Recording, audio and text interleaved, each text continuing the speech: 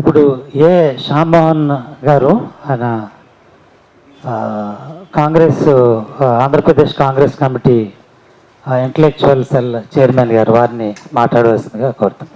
At the very outset, I'd like to compliment and congratulate journalists and National Alliance for People's Movement for organizing this get-together and open interaction on a sensitive subject like frequent by-elections.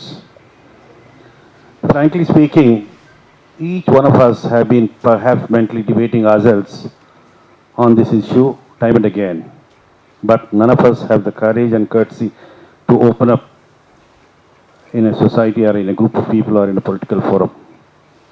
In that particular context, I would like to really compliment these two organizations.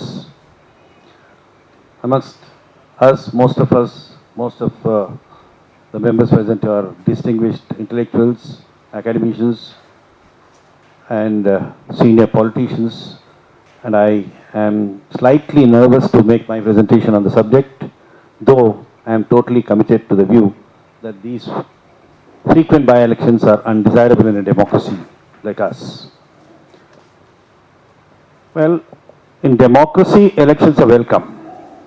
By-elections are a political inevitability, but frequent by-elections, according to me, is an inescapable social evil. I think we must all try and restrict this, if not condemn this, not to encourage this. As most of the speakers have time and again mentioned about the causes for these by-elections, I totally agree with them. I can understand if some candidate unfortunately expires or some other reason mentally becomes defunct, or for some other reasons, if a by-election becomes inevitable, it's welcome. But when you have taken a mandate for the next 5 years from the electorate, giving a particular manifesto, if you are for some reason or the other not able to comply with the manifesto or implement that manifesto, or for some other silly small reasons not able to fight the majority party, if you are resigning and causing a by-election, I suppose that is unethical in a political system. It's quite unwarranted for the system. These things do happen according to me.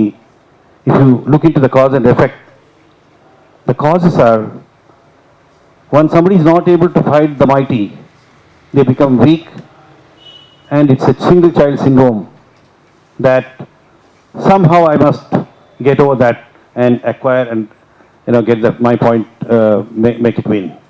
So in a system like this, they submit their resignations and go for the by-elections. What is that you are achieving? Have you changed your mind about the manifesto that upon which that you have been elected? The loyalties that you have been having for the party that you have that has given you the ticket and made you win? And at what cost? For whose sake? Have you analyzed this? At the cost of the public and government exchequer you are doing this? Cost of the inconvenience of the electorate and the constituency and the people in the region? No development takes place, no welfare measures take place, no good that you can do for the people in the society. What is that you are trying to aim at? What is that you are trying to win at? I mean, these are some of the things that you have to debate and think over time and again. It is not an emotional issue. Even if you have an emotional issue, there can be a political resolve, political settlement, political resolution for this.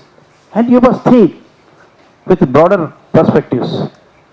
See, educated or uneducated, after all, intellect is there everywhere. There are many more intellectuals in the society, at the grassroots level, at the field level, at the village level, at the rural level, than in urban and cities. It's not the educated that are intellectuals. Intellectuals are there everywhere. According to me, there are 3 or 4 aspects to the whole thing. One is the political aspect, which is challenging. Time and again, these frequent by-elections are really challenging for all the parties involved in the system. Then, socially speaking, it's an orthopedic disaster, according to me, that it creates multiple cracks and injuries to the social system.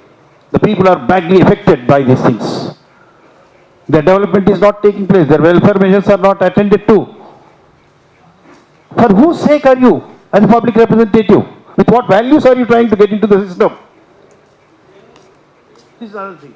Then economically, as we have all discussed, it's a drain on the public system, public exchequer and governmental exchequer, and misuse of official machinery most of the time. Administratively, if I am contesting, if I have got some power and reach, I would like to have my own police officers posted there, my own revenue officers posted there. For whose sake? What is that you are trying to deliver to the system, political system? This is not on. This is not democracy. And coming to, of course, constitutionally, it's certainly it's an imperative situation, and you will have to have a by-election whenever it causes the concern and causes the reason for a by-election. So, with these situations, how do you fight this? I'm really, well, time and again I think of Dr. Abraham Lincoln, who said that democracy for the people, by the people, to the of the people, and all that. Today, perhaps if he had been alive, he would have redefined it. Democracy by muscle power, democracy by mafia power, democracy for money power. This is how I'm sure things could have been done. And this is what exactly is happening, irrespective of the political parties. There is any political party, I'm telling you. Although many of the members present here may target one party or two parties, but all the political parties are indulgent into such a system, according to me. Let's keep our hand on our conscience and the heart and talk.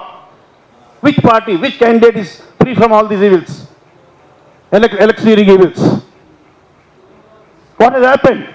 I think one of the speakers from the chair said, when somebody is not able to deliver the goods, whatever they are not able to implement the manifesto, why should people not consider an alternative system? Where is the alternative system? All the alternative systems are worse than the system that exists.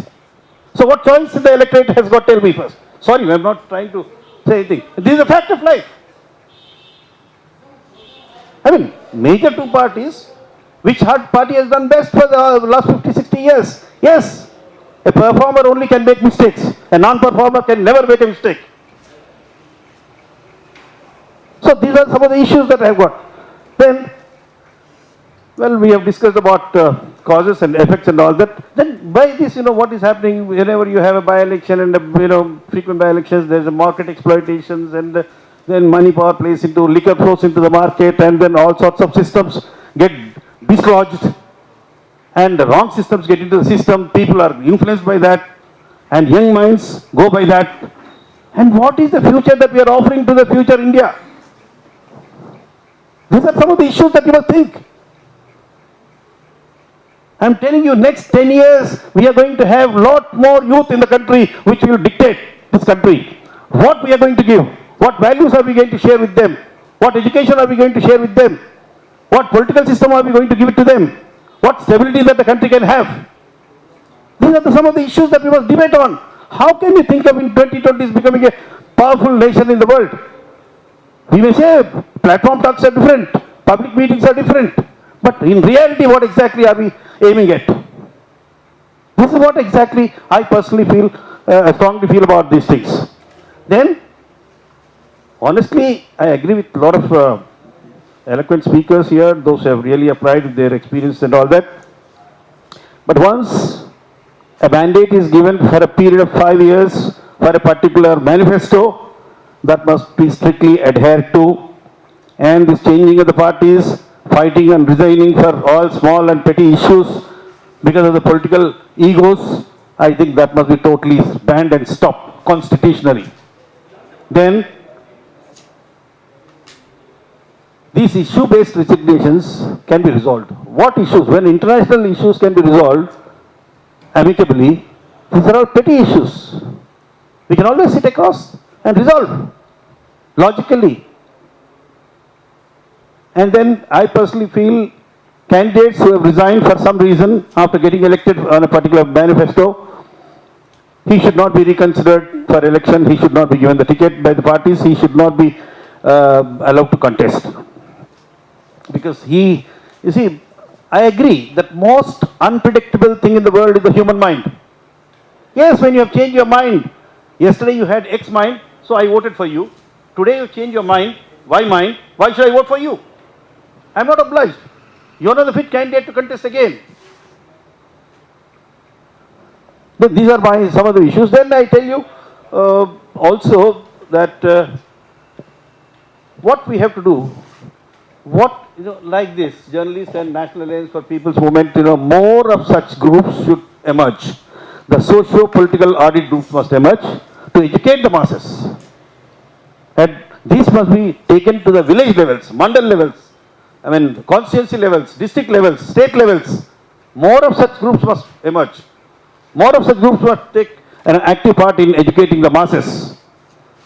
Only then, I'm sure a lot of education has gone into this. The social fabric is changing very fast. The social structure is changing, and social engineering is taking place. Now social re-engineering has taken place, and social reverse engineering will take place very soon. This nation will witness that. If we don't realize that, if we continue the same style of thinking, nation will not pardon. People will not excuse the leaders, whichever party they belong to.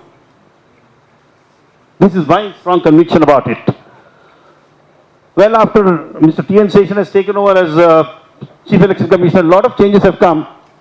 Subsequently, those who have come, they have also acted with the same diligence, but I don't think it has gone to the grassroots level and it is affecting any moral changes in the system. So I think that what is required is an individual morality, political morality, and social morality. So for that also, again, this kind of groups can really help the system. So unless you have an individual conviction and will to change, and the leadership must act with strong conviction to develop a stronger nation, whichever party it is, whichever political system it is, whichever organization it is, whether it's a corporate system, political system, or bureaucracy, or judiciary, I think it must have a strong will to do. It's a common commitment to develop this nation, only can win the stage. Well, this is just not only the political failure, sir. This is an administrative failure. I won't comment on judiciary as such because still it is active and trying to do the best that we can look forward to. And I think there are other systems like police and army I don't want to comment on, but what is required is a social consciousness. Social consciousness is required, and I'm sure we will be able to bring in that kind of a changes. I am very positive, I am an optimist. Sir, మీరు ఒక్కటన్న వెంకటేశ్వరరావు గారు, it's no offence మెంట్, but ప్రధాన రాజకీయ పార్టీలు ఖర్చు పెడుతున్నారన్నారు, అందుకని మేము కూడా పెడుతున్నాం అన్నారు. If I am committing a mistake, should you also commit a mistake?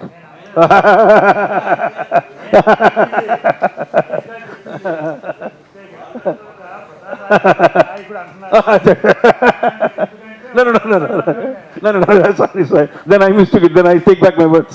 But whoever said it, it's wrong. Anyway, thank you very much for your patient hearing. I would like to thank everybody, and I want more such meetings to be organized so that we can sensitize the people at the grassroots level so that we bring in a larger change in the society. Thank you one and all. Thank you Shyam Mohan గారు. ఇప్పుడు PL Srinivas గారు, తెలుగుదేశం నాయకులు, వారిని మాట్లాడేస్తున్నారు. నేటి సమావేశానికి అధ్యక్షత వహించినటువంటి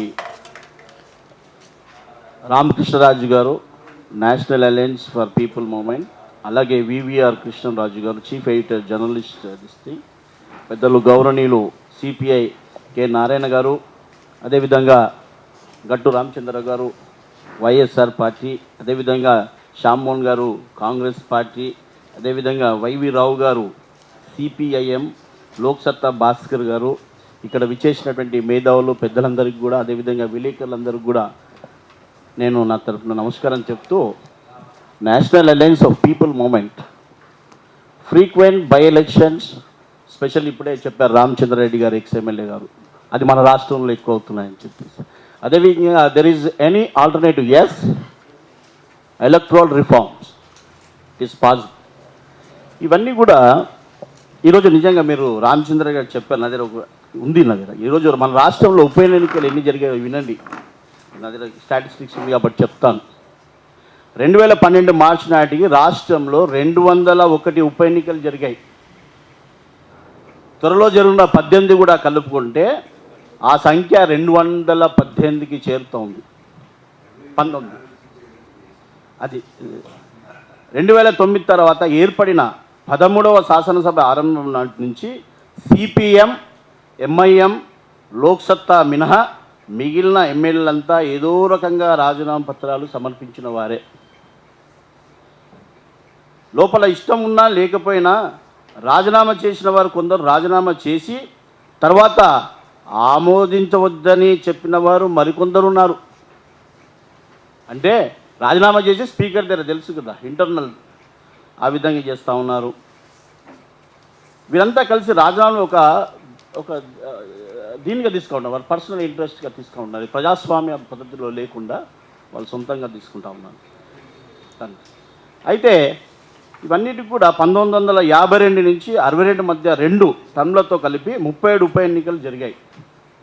1962, 65 మధ్య 15 ఉప ఎన్నికలు జరిగాయి. 1972 నుంచి 75 మధ్య 11 ఉప ఎన్నికలు జరిగాయి. 1978 నుంచి 83 మధ్య 13 ఎన్నికలు జరిగాయి.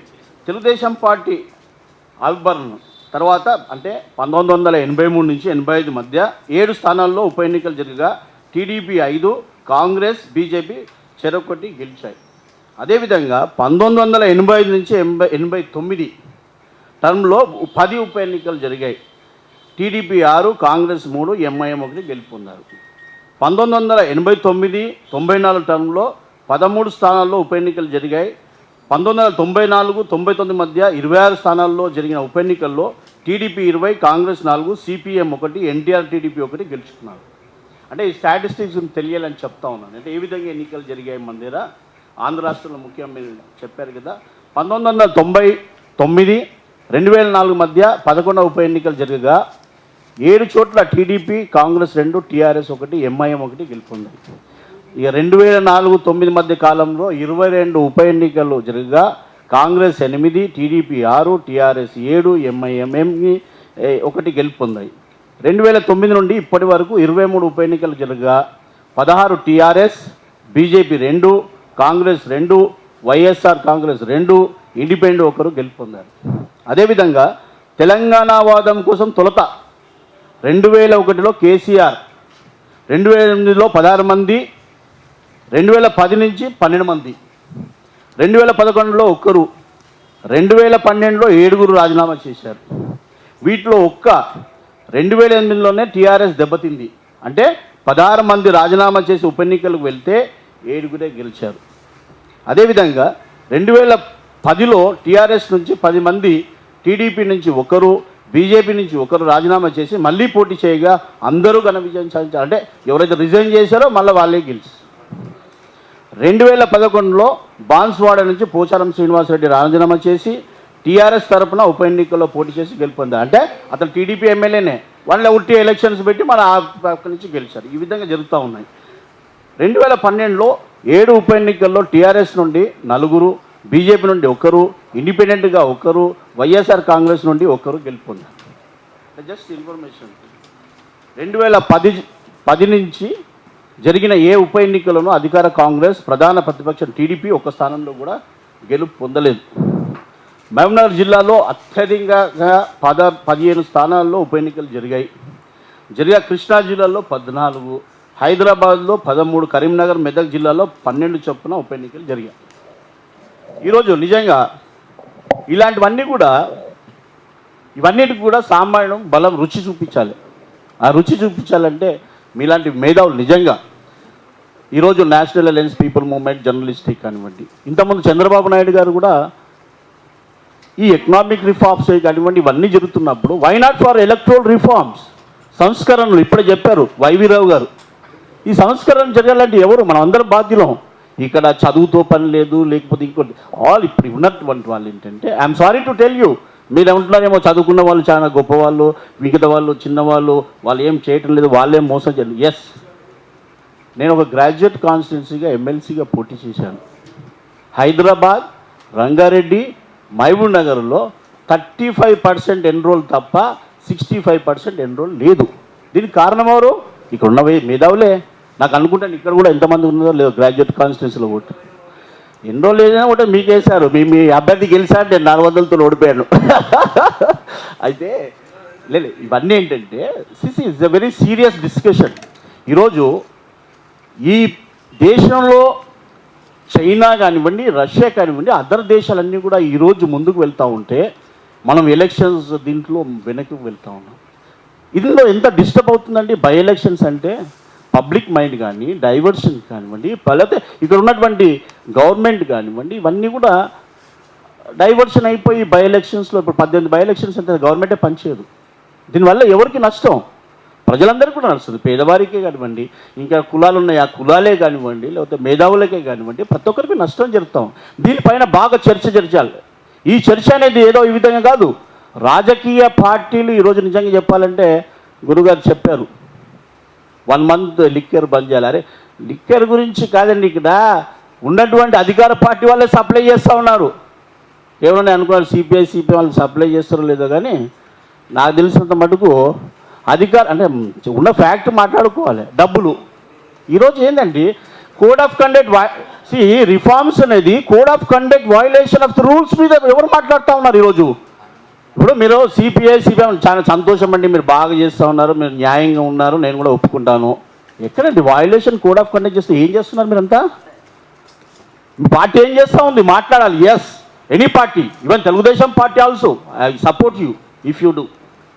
కానీ అంత జరుగుతూ ఉంది, డబ్బులు పంచుతూ ఉన్నారు. మీ వాళ్ళు ఎలక్షన్లు నడుతారు, ఓడిపోతున్నారు. మీరే చెప్తారు, నారాయణ గారు చెప్తారు, కాంగ్రెస్ వాళ్ళు, తెలుగుదేశం పార్టీ వాళ్ళందరూ కూడా డబ్బులతో అందరినీ పర్చేజ్ చేస్తారు. మీరు అంత ఏం చేస్తున్నారండి? పట్టుకోండి. Code of conduct violations, there lot of violations is going on. I'm sorry today. ఇదేదో మంచి మనం అందరం ఉన్నాం కదా, సరదాగా మాట్లాడుకుంటున్నాం సార్, మీరు భలే ఉన్నారు. సో అయితే ఇవన్నీ కూడా ఏంటంటే, ఎస్ ఈరోజు ఇలాంటి చర్చలు జరగాలి. ప్రతి మేధావులే కానివ్వండి, అడ్వకేట్సే కానివ్వండి, ఉద్యోగస్తులే కానివ్వండి, పొలిటికల్ లీడర్స్. మీరు అన్నట్టు yes, I also agree, political leaders very dangerous then anybody. Today sir చెప్పారు, ఈరోజు 300 మంది కోటీశ్వర్లు. ఎస్, ఎక్కడికి వెళ్ళి వస్తున్నాయండి అలా అంత డబ్బు? ఈరోజు అన్యాయం జరుగుతూ ఉంది. నేను చెప్పాలంటే సిగ్గుపోదు. ఈరోజు బీజేపీ పాపం 1 లక్ష రూపాయలు ఏదో దాంట్లో దొరికాడని చెప్పి తేలికలా అతను జైలు పంపించే రోజులు, ఇక 1000 కోట్లు కూడా దోపిడీ చేస్తే ఎవడు పట్టుకునే నాదుడు కూడా లేకుండా పోయాడు. దీనికంతా ఎవరు కారణం? Yes, all political leaders are one day ఒక గురుపురాన్యాగా ఇదైపోయింది. కాబట్టి పొలిటికల్ లీడర్స్ జాగ్రత్తగా, I know all these things. నేను 32 ఏళ్ళ నుంచి రాజకీయంలో ఉన్నాను, నేను చూస్తూ ఉన్నాను. మేము న్యాయంగా ఉన్నాం కాబట్టి నేను గెలవలేదు. ఎందుకంటే న్యాయంగా ఉన్నాను. నేను ల్యాండ్ గ్రాబర్ కాదు, నేను సారాలు పంచలేదు, నేను గుడంబలు పంచలేదు. ఎస్, నేను న్యాయంగా ఉన్నా కాబట్టి మనం ఎందుకు ఎన్నుకోరంటే దానికి కారణం ఎవరంటే మన వాళ్ళు ఏంటంటే, ఎప్పుడైనా కూడా ఇట్లాంటి సమస్య వచ్చినప్పుడు నిజంగా చెప్పాలంటే ఇది ఎంత మంచి ప్రోగ్రామ్ అండి. ఈరోజు ఈ ప్రోగ్రాంకి పాపం రాజు గారికి ఎంత బతిమలాడారో, ఎంతమందిని బతిమలాడారో, దీనికి వాళ్ళ గురించి ఇలాంటివి జరుగుతూ ఉన్నాయి. అదే వృధాగా మీటింగ్స్ పెడతారు మా పొలిటికల్ లీడర్స్. 5 లక్షల మంది తీసుకొస్తేందుకు వాడు 15-20 కోట్లు ఖర్చు పెడతారు. ఎవరికి కావాలండి ఈ యాత్రలు, పబ్లిక్ మీటింగ్, ఇవంతా కూడా? ఈ దేశం బాగుపడాలంటే ఇలాంటి సంస్కరణలు అవసరం. ఈ సంస్కరణలు కావాలంటే మీరంతా అవసరం. మీరందరూ ముందుకు రావాలి. మీరందరూ ముందుకు వస్తే నారాయణ లాంటి వాళ్ళందరూ కూడా ఎంతమంది సపోర్ట్ చేస్తారు. వైవీరావు గారు అయితే ముందుంటారు. మనందరం అంటే అమ్మ మీరు కాంగ్రెస్ వాళ్ళు ఎప్పుడు రావాలమ్మో, కాంగ్రెస్ వాళ్ళు అమ్మో. ఈరోజు టాక్ అదే, రాష్ట్రంలో దేశంలో కాంగ్రెస్ వాళ్ళ వల్ల పాపం మేధావి వాళ్ళంతా జైల్లో పోతున్నారని చెప్పి. సారీ అంటే మీరంతా very close to everybody. I'm very close to everybody, that's why నేను మాట్లాడుతూ, పార్టీ అని కాదు, దిస్ ఆల్ గోయింగ్ ఆన్. కాబట్టి ఇలాంటివన్నీ తీసుకొస్తే అంటే యూత్కి వెళ్ళాలండి. యూత్ని ఎవరు లెక్క చేస్తున్నారు ఈరోజు? మన దేశంలో యువత ఎంత మీరు చూస్తాను. మా అబ్బాయి అమెరికాలో ఉన్నాడండి, మా అబ్బాయి కేరళలో ఉన్నాడండి, కెనడాలో ఉన్నాడండి, మా అబ్బాయి ఆస్ట్రేలియా ఉన్నాడని చెప్పుకుంటున్నారు. మీ అబ్బాయి ఇండియాలో ఉండి ఘనకారం చేయొచ్చండి, ఎందుకు చేయలేరు? దానికి కారణం politicians. Yes, I blame politicians. వాళ్ళు చేసేటువంటి అక్రమాలు, దోపిడీదారులు. ఈ విధంగా మీరు రాజీవ్ గాంధీ గారు బతుకున్నప్పుడు చెప్పారు, నేను అప్పుడు చాలా క్లోజ్గా ఉండేవాళ్ళు ఆ పార్టీలో.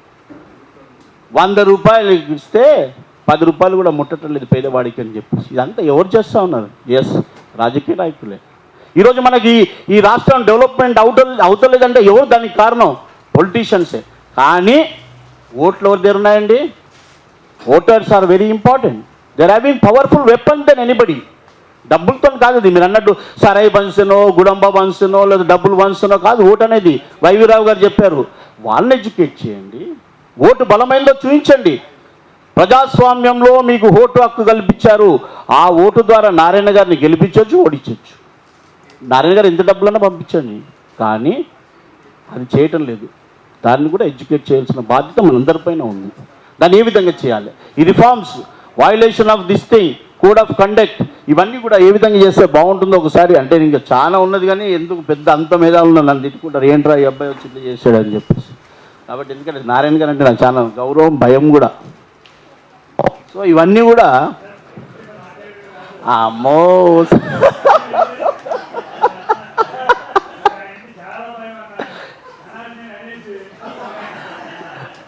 వైవిరా గారు మా లీడర్ చైనాలో, మాకంతా లీడర్, చైర్మన్ ఫర్ చైనా. మేము ట్రిప్ పోయినాం, ఆల్ పొలిటికల్ పార్టీస్. సార్ ఎంత కంట్రోల్ చేస్తారంటే మేము భయం వేసింది మాకు. సో నారాయణ గారు అంటే కూడా మాకు తెలుసు. నారాయణ గారు ఏంటంటే, నారాయణ గారు చూసారే మీరు ఎక్కడైనా సైకిల్ కూడా దొరుకుతారు, స్కూటర్ మీద చెప్పారు. సార్ అయితే సైకిల్ మీద వెళ్ళిపోతుంది ఎక్కడంటే ఎక్కడ, స్కూటర్ మీద కూడా పోతారు, తెలుసు కదా. చూసారా వాకింగ్ వెళ్ళినప్పుడు, చూసారా సార్? మీ ఫోటోలు అన్నీ తెలుసు సార్, ఎక్కడెక్కడ ఏముంటాయి. సో డ్రైవ్ అంటే అంత సీరియస్గా ఉన్నారు కాబట్టి నేను చెప్తాను sir, I'm sorry. Should be see ఇదంతా కూడా ఏంటంటే, ఎస్ ఐఎమ్ వెరీ హ్యాపీ అండి, నా సంతోషంగా చెప్తాను. నేను ఏదో పొలిటికల్ లీడర్తో ఇట్లా మాట్లాడా, మీరు కానీ న్యాయంగా ఉంటారు కాబట్టి మీతో మాట్లాడు. వేరే పొలిటికల్ లీడర్ ఫోన్ కూడా పోను పడుతుంది, దొంగల దగ్గరికి అస్సలు పోన్నాను, సారీ. సో ఈ విధంగా మనం ఉన్నది కాబట్టి దయచేసి మీరందరూ కూడా ఇలాంటి కార్యక్రమాలు తీసుకున్నారు. తెలుగుదేశం పార్టీ మళ్ళీ ఆయన గొప్పవాడని కూడా నేను చెప్పట్లేదు, లేకపోతే ఇంకోరు గొప్పవాళ్ళని చెప్పట్లేదు, ఎందుకంటే మళ్ళీ నేను పార్టీ విషయం చేస్తే బాగుండదు. కానీ ఈ రిఫార్మ్స్ విషయంలో చంద్రబాబు నాయుడు గారు ఎన్నో దఫాలు చెప్పారు. కాబట్టి అలాంటి వాళ్ళు హెల్ప్ తీసుకోండి. స్టేట్లో ఉన్నటువంటి, స్టేటే కాదు కేంద్రంలో ఉన్నటువంటి, స్టేట్ నుంచి కేంద్రంలో ఉన్నటువంటి నాయకులందరినీ పిలిపించి ఇలాంటి సెమినార్సే కానివ్వండి, సింపోజియమ్సే కానివ్వండి, ఇలాంటి కార్యక్రమాన్ని పెట్టండి. మేమందరం కూడా తోడుగా ఉంటాం, మేము కూడా పనిచేస్తాం, మేము వర్కర్స్గా పనిచేస్తాం, మాకేమీ లేదు. కానీ ఇప్పుడైతే ఈ journalist news and views monthly magazine వారు చేసినటువంటి ఈ కార్యక్రమానికి తెలుగుదేశం పార్టీ పర్సనల్గా పిఎల్ శ్రీనివాస్ తరఫున మీ అందరికీ ధన్యవాదాలు చెప్తూ, ఇలాంటి కార్యక్రమాలు ముఖ్యంగా వీళ్ళు సిపిఎం వాళ్ళే తీసుకువెళ్తారు, వీళ్ళే న్యాయంగా ఉన్నారు నాకు తెలిసినంత మటుకు. లోక్సత్తా ఏమో నాకు తెలియదు, కానీ కబుర్లు మాట్లాడలేదు తప్ప వీళ్ళు మాత్రం తప్పకుండా చేస్తారని నాకు నమ్మకం ఉంది. ఆ నమ్మకంని ఒమ్ము చేయకుండా ఉంటారని చెప్పేసి నేను ఆశిస్తూ, మీరు చేసినదానికి మేము కూడా ఏదో పార్టీ బేస్ మీద పోనీ అన్నిటికీ పర్సనల్గా కూడా we are support for all good cause, తప్పకుండా మేము ఉంటామని చెప్పి క్షమించాలని నేను ఎక్కువ మాట్లాడాను, ఎందుకంటే అందరినీ నాకు బాగా క్లోజ్ కాబట్టి చెప్పాను. సార్ అయితే మదన్ మోహన్ గారు మాజీ మంత్రి ఉండే కదా, వారి బ్రదర్. నేను మదన్ మోహన్ గారు వాళ్ళ ఎంబడి కూడా బాగా తిరిగిన వాళ్ళు. నేను అంటే చిన్న వయసు నుంచే నేను రాజకీయాల్లో వచ్చాను. నాకు 80లో ఎమ్మెల్యే టికెట్ ఇచ్చాడు పాపం రాజీవ్ గాంధీ గారు, గెలవలేకపోయాను, వేవ్ ఉండే కాబట్టి. అప్పటి నుంచి 32 years వరకు ఐఎమ్ స్ట్రాంగ్ టిల్ టుడే. నేను ఇంత ఉన్నానంటే only I'm honest, sincere, hard working తప్ప ఇంకా వేరే ఇదేం లేదని చెప్తూ సెలవు తీసుకుంటున్నాను. ఇలాంటి కార్యక్రమం ముందు చేయండి, మేము మీ ఎంబడి ఉంటాం, మీరు ఎప్పుడు పిలిచినా మేము వస్తాం, మీకు సేవ చేయడానికి మేము తప్పకుండా ఉంటాం. మేమంటే మనం కాదు, మన భారతదేశాన్ని ముందుకు తీసుకుపోయేందుకు మా మీడియన్ వాళ్ళకి మేము అది లేదు సార్, మేము ఉంటే వాళ్ళకి బాగా హెల్ప్ చేస్తాం సార్, పరిగెత్తాం కదా మీరు నేను ఇద్దరం కలిసి. Thank you very much. Thank you P L Srinivas గారు, మీరు నవ్వుతూ అందరినీ నవ్వించారు.